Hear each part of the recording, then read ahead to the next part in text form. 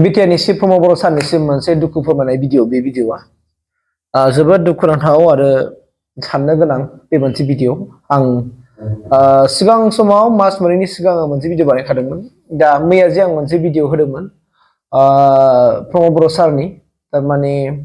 दानि बिटिआर गभर्नमेन्टआ एबा इउपिपिएल सालायनाय सरकारा 4 बोसोर जाबायना बिनि कमप्लिसन बिथांमोना मोनसे सेलिब्रेसन माने फालिनाय जादोंमोन बेरगावआवहाय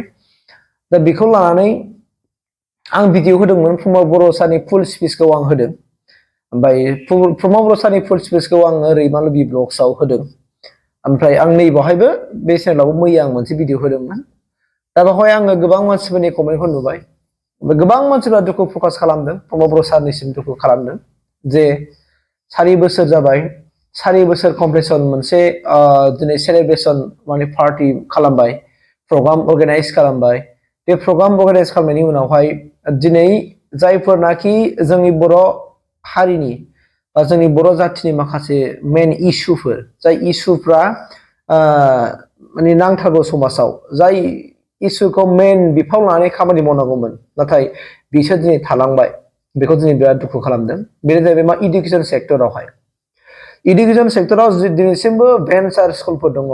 जाय स्कुलफ्रा दिनैसिमबो प्रभिन्सियेलाइज जानो हादिया आरो बै स्कुलफ्राव दिनै रोजा रोजा फोरोंगिरिफ्रा दिनै गोबां खस्थ'नि गेजेरजों बहुत सैसो खस्थ' नानै बिथांमोननि गोरबोआवसो दंसै बिथांमोनहा दिनै बेसेबां खस्थ'नि गेजेरजों मारै बेसेबां खस्थ'नि गेजेरजों बिथांमोना गावनि गथ' गथायखौ फोरोंनानै गावनि न'खर संसारखौ सालायबोखो जे दिनै थांनाय 17 बोसोरावबो जायाखसै दिनै एबारनि जे बिटिआर सुक्तियावहाय 6.3द'फा मथे जे भेन्सार स्कुलफ्रा बिटिआर हालामाव थानाय भेन्सार स्कुलफ्रा दिनै प्रभिन्सियेलाइज जानांगौमोन नाथाय बेखौ दिनैसिमबो मावफुंनानै होनो हादिया बेखौ लानानै दुखु फोरमायदों आरो आंखौ बुंहरदों जे नोंथाङा बेफोरनि सायाव भिडिअ बुङाब्ला जे नों माखौ इसेबां बुंखो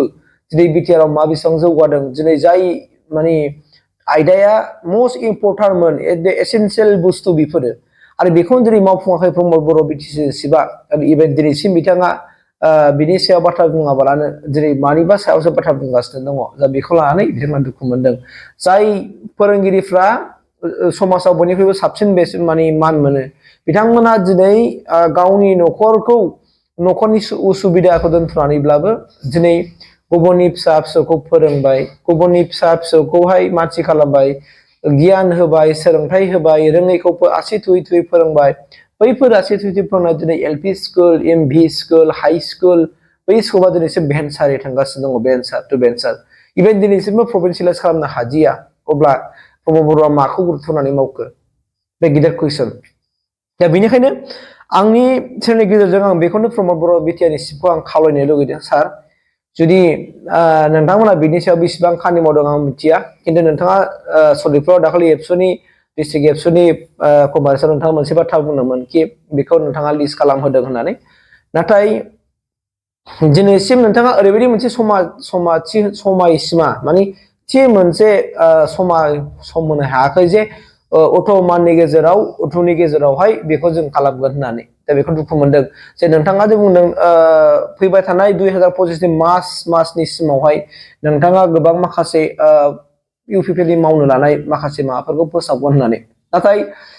बेखौनो बिथांमोना रायजो राजाफ्रा दुखु खालामदों आरो जाय दिनै फोरोंगिरि सार मेडाम मोनहा दिनै गोबां गावनि जिराब जिथाब दख'ना गस्ला गाननानैब्लाबो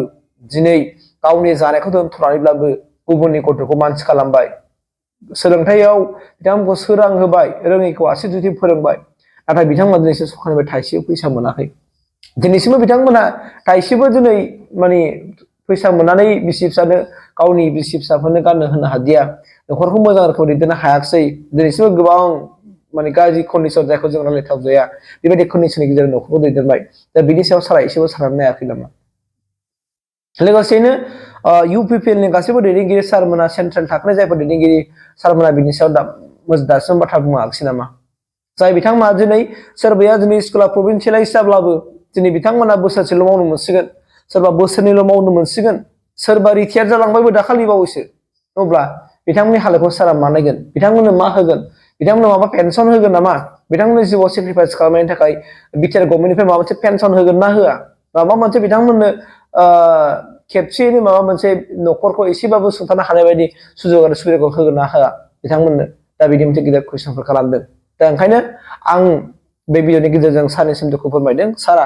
बिटिआरनि चिफ प्रमद सार जे नोंथाङा जुदि हायोब्ला बिनि सायाव मोजां आपडेट होनानै रायजोफोरनि सायाव आरो जायफोरनाखि भेन्सार स्कुलनि फोरोंगिरिफोर बिथांमोनखौ सारा खेबसे लोगो हमलायनाय मोनसे मिटिं लानानै माबा मोनसे खालामजायो नामा सावराय मेल लानानै बिथांमोननि सुखु दुखु न'खरखौ बोरै सोलिदों गथ' गथाया मा फरायदों दासिम माबोरै थासारियाव सोलिनानै दङ बिथांमोननि न'खरनि हालसालफ्रा मा रोखोम बिथांमोननि देहा सोलेरा मा रोखोम बेफोरनि सायाव सारा सुलु लाजायो नामा बेखौ आंनिफ्रायबो खावलायदेरबाय एसे आं बर' फिसा हिसाबै जे बर' हारियावहाय सोलोंथाइयानो बयनिख्रुइ गोनांसिन आरो बिटिआर गभर्नमेन्टआ सारानै होनबाय जादों सोलोंथाइखौ बांसिन गोसो होदों होननानै थ' बेनिखायनो प्रभिन्सियेल सारमोननि खामानिया बेसेबां पार्सेन्ट आवगायखो 30% ना 40% ना 50 60 70 80 90 बेसेबां पार्सेन्ट ना 100% स' बिनि सायाव सारा जोंनो बाथ्राफोरखौ फोरमायनानै होयो आं बेखौ आंनि गोसो गोरबोनिफ्राय सारखौ खावलायबाय प्लिज सार नोंथाङा अननानै इडुकेसन सेक्टराव मोजाङै नोजोर होनानै जायफोरनाखि भेन्सार स्कुलफोर दं बेखौ बबे माने लामाजों माबे टेकनिकजों माबा अल्टारनेटिभ वेफोर दङ नामा जायखौ थाबैनो माने प्रभिन्सियेलाइज खालामनानै बिथांमोननि एसेबां रानथाब खुथाब बिदि फोरोंगिरि मावबोनाय आजां गाजां बोसोर आरो जेरै गावनि जिउनि बांसिन समखौ दिनै बिसोर फोरोंगिरियाव होबोबाय दिनैसिमबो सरकार मानि प्रभिन्सियेलाइज जायाखै आरो सरकारनि थाइसेबो फैसा मोनजायाखै स' बेफोरबायदि न'खरखौ सारा माबा मोनसे नायनायनि राहा लामा लागोन नामा आं बेखौसो आंनिफ्राय खावलायनाय जाबाय